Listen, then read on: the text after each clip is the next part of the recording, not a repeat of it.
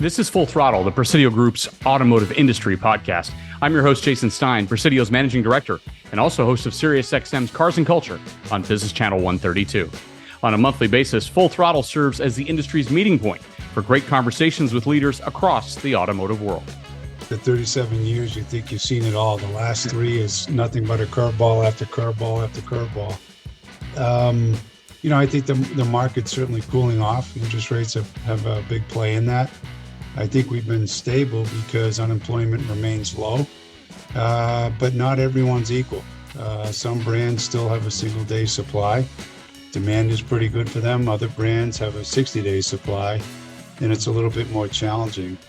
There are few rides that have the velocity, twists and turns, and upside-down moments as the auto industry the last few years. Just ask the public retailers and the leaders in the industry who have had to navigate all they could to keep business on the rails through the low lows and high highs.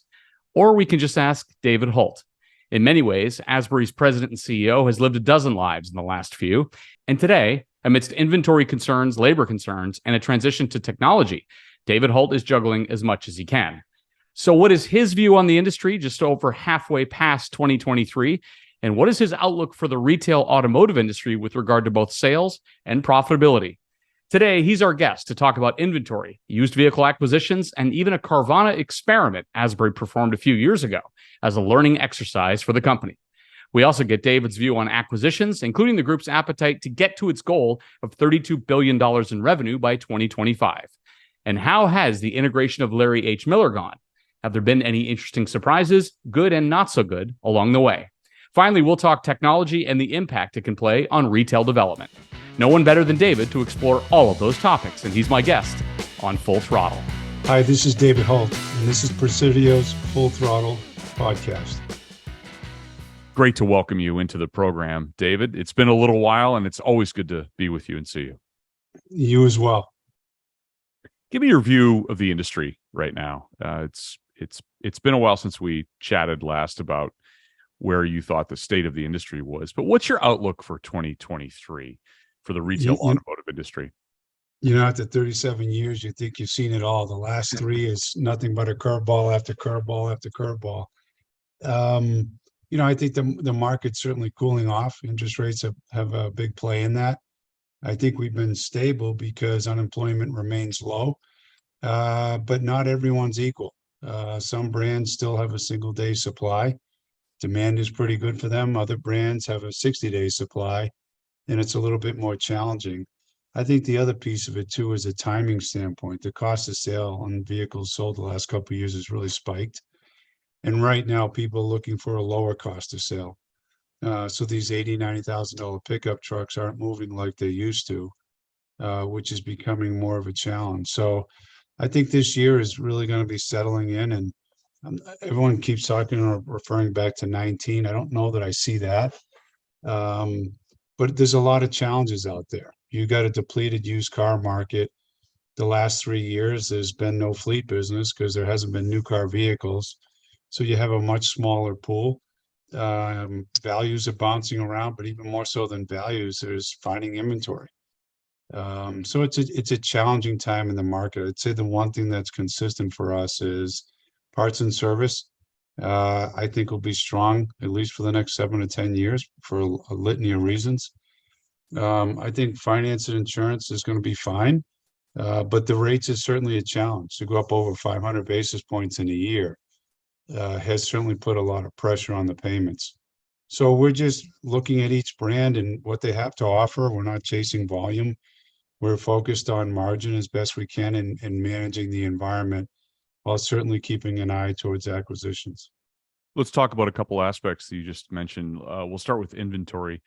Asbury was back to a 30-day supply of new vehicles at the end of the first quarter. How has the inventory recovery been at Asbury since then, and how's it shaking out by brand? Yeah, I would say generally it hasn't changed. It's running right at the same number, maybe slightly below. Our highest day supply is on the domestic side, and more so with one brand than any of the others. And like I said, most of the imports, we're running a single day supply, with the exception of Hyundai Nissan and Kia. Yeah. You've said that the domestics, you just mentioned it, have rebuilt inventory faster, even to the point that some Stellantis brand vehicles were in that 60-day plus range. Is that putting some automakers into the position of needing to return to the more traditional consumer incentive levels that maybe existed before the pandemic? Certainly that's happening. I would say they were probably a little slow to react, but it's easy to be a Monday morning quarterback. I think it's a twofold issue. It's late with incentives, and then your cost of sale transaction and what your consumer's looking for. It's going to take a little bit of time to adjust, in my opinion. Trucks were hotter than heck forever, and they still do well, but they're not as hot as they were. So I think there's an imbalance of the right cost of sale and incentives that maybe quite aren't as aggressive enough to what the market needs because of the high cost of sale. How are you handling used vehicle acquisitions and inventory as we're now fully into the period where maybe pandemic production interruptions have hurt the supply of late model used cars coming back to the market?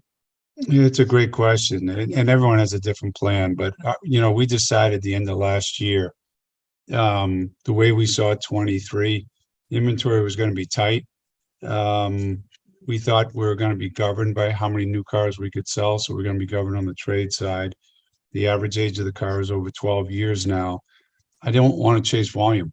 The one thing that's gone up since the pandemic started is my cost of sale to sell something is much higher than it was. I'm far more efficient, but I'm still paying more. So for me to go out and buy a used car and make $1,000 doesn't make any sense to me. I'd rather not buy the car, tie up the capital, and make that sale because it's not going to give me the return that I need. So we decided not to chase volume. We're going to focus on our acquisition costs, buying cars direct from consumers in our trade-ins, and buy as little as we have to at the auctions. So I don't think at any point this year you're going to see us chasing volume on pre-owned at all. As we talk about used cars, a few years back, you decided to buy a vehicle from Carvana as a learning exercise. Yeah. What did you learn about the Carvana approach by doing that? And did it lead to any adjustments in Asbury's own used car strategy? So I think they've been a great disruptor, and to grow as fast as they did. Everyone can knock everyone. I think they've done a nice job. They all have their challenges, and like I've said from the beginning, without parts and service, you're going to be challenged no matter what. But having said that, what I learned was you still need car people. The software is great, but it's still about the experience. If you get the software right and you don't get the delivery right or the registration paperwork right, that's a problem. In the car that we purchased, they're a public company trying to be profitable and grow.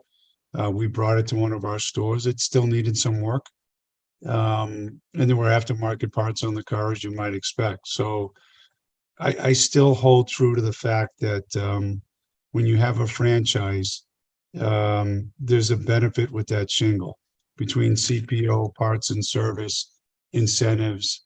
Standalone used car stores can be profitable. I don't think it makes sense because I don't think it can give you the return that a full franchise store can. One of the big issues that exists when we talked with other folks on this program has been labor shortage, and specifically skilled labor and highly technical labor, those who are able to take on the technological changes that are occurring. Are you finding the same things? It hasn't changed. Pre-pandemic, we were struggling finding technicians and retaining them, and I'm still in the same boat today. A little more hopeful today than I was 3 years ago. With the EV and technology, the youth are interested in working on those vehicles and see a path for a profession there. So I think, 2 to 3 years, it won't be as bad as it is right now, but we're all pretty aggressively looking for technicians. The rest of the positions in the dealership, we're in pretty good shape. 3/4 of our promotions come from within our company. So it's really just making sure we hire the right people that philosophically align with our vision. Still super competitive though, right, David? It is. It absolutely is. Yeah, it absolutely is. I mean, we give stock to to over 400 technicians a year in the company.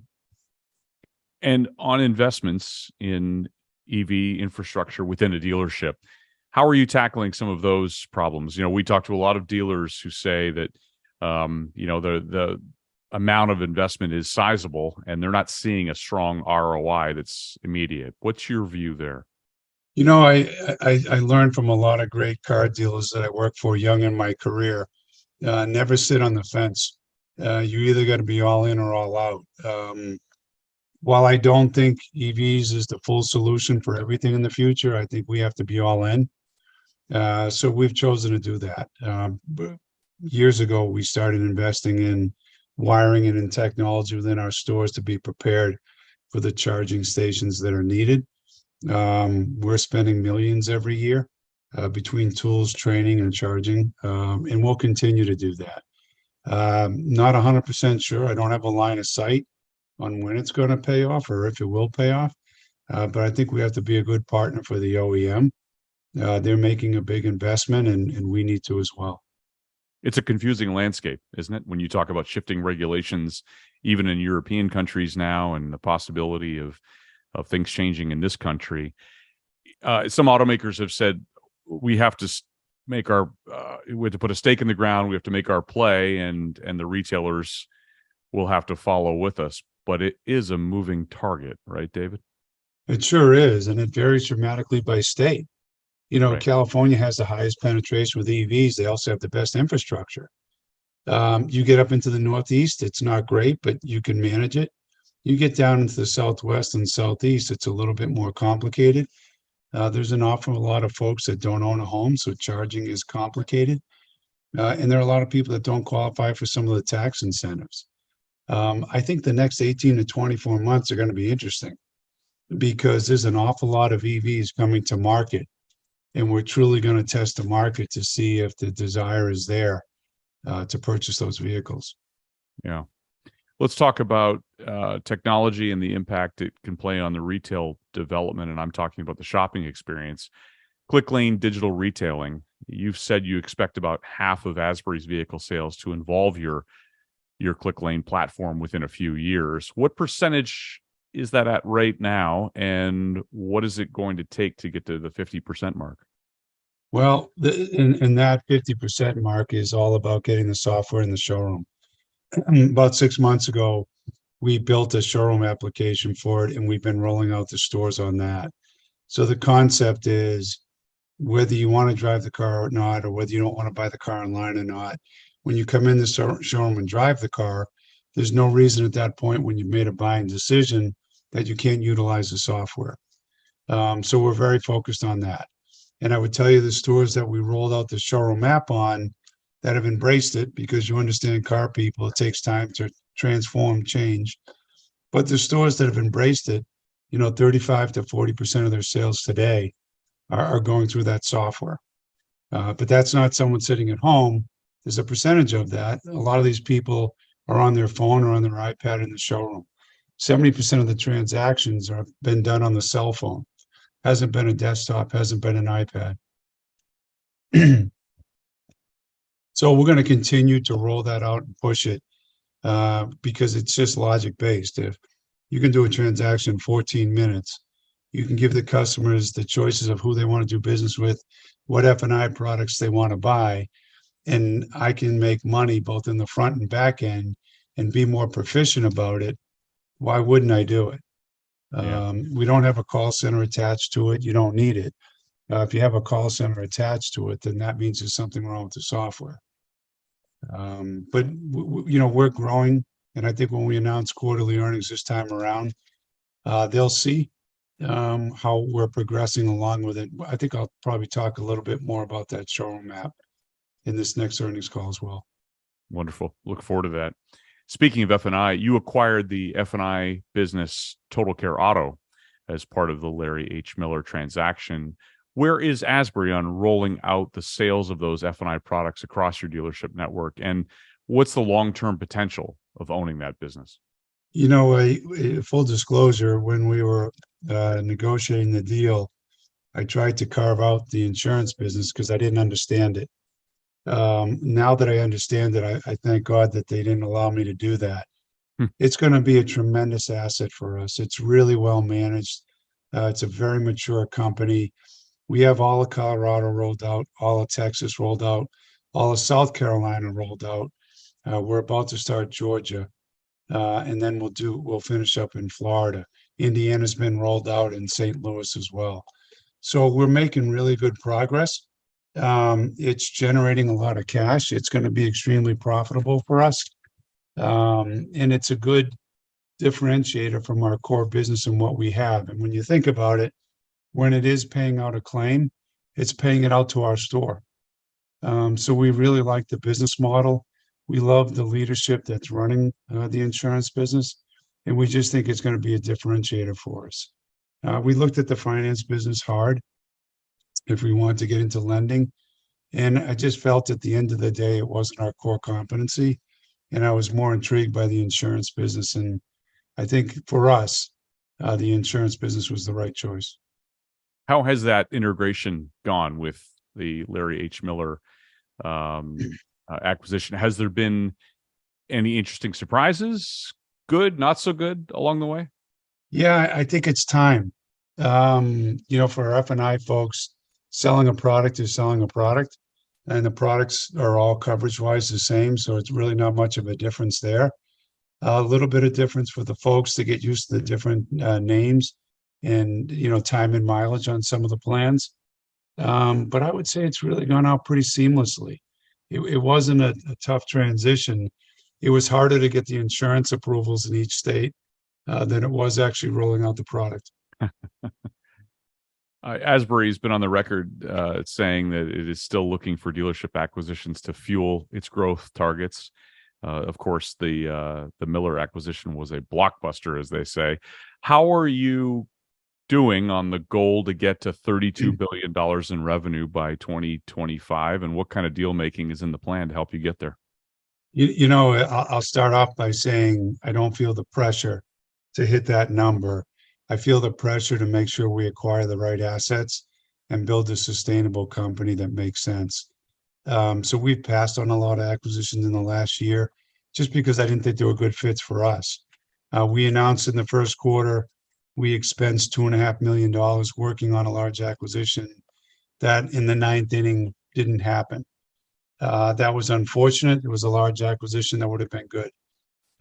We have our oars in the water. We're working on a lot of things. There's a couple that we're pretty excited about, but as you know, deals are complicated and they take time. We're hopeful that they can come together, but we like what we've purchased. We like the people that we've added. We like our business model. For the last 10 years, when we were the smallest and even through our growth, we've maintained the lowest SG&A and highest operating margins throughout that entire decade. And we're proud of that. And we've been real disciplined on what we've acquired. Stevenson, Park Place, Mike Shaw, these are tremendous dealers with great people. And they've been tremendous assets and teammates in our organization. As we wind toward the second half of the year now, what's on your priority list that maybe concerns you the most or that has the most opportunity? I would say really being on the domestic side, being hyper focused on how we're ordering vehicles to making sure that we get the right mix, the right cost of sale that we need. On the import side, it's continuing to cross my fingers and hope the inventory shows up and the day supply grows because the demand is still there at this point.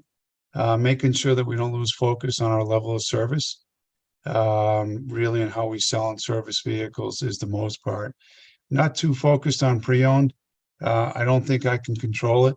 So we're just going to stay with our model that we have as it relates to pre-owned and be hyper focused on acquisitions, really making sure that we're not missing anything and that we're aggressive on the deals that we think make really great sense for us. On that note, Asbury also divested a few stores in 2022.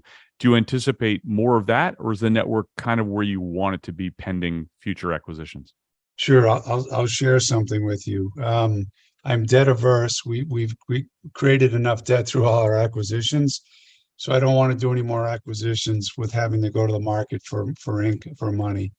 That divestiture in the fourth quarter in North Carolina was really our lower performing platform. And it was an opportunity for us to gain capital to help fund that larger acquisition that we thought we were going to get. And unfortunately, it didn't happen. Wouldn't have sold that platform if I knew that that deal was going to fall through. Those things happen. But we sold to a good dealer, and I'm sure he'll do well with those stores. It gave us the capital, so it's in the bank, and we're ready to do business. You said it at the opening. This business throws you so many curveballs. It's sometimes hard to gauge exactly where they're coming from. But I know you're taking big swings at the plate here, right, David? We're trying. We have a lot of great people, but at the end of the day, we're stewards. We really want to leave it better than what we saw when we came in. We really want someone to look back and say they really bought great assets. They're good operators, and they did a good job with capital allocation. Great. I am most appreciative of being with you here again today. Thank you for joining me on Full Throttle. Thanks for giving your insights and where the market is and where you're headed in the future. I appreciate the opportunity and would do anything for you. Happy to be here. Thank you so much, David. Thanks again to my guest, David Hult, President and CEO of Asbury Automotive Group. And thanks for listening to Full Throttle. Come back to us later in the month for our next interview on this platform. Suggestions, you can email me at jstein@thepresidiogroup.com. And to learn more about the Presidio Group, go to thepresidiogroup.com or follow us on LinkedIn. Thanks for listening.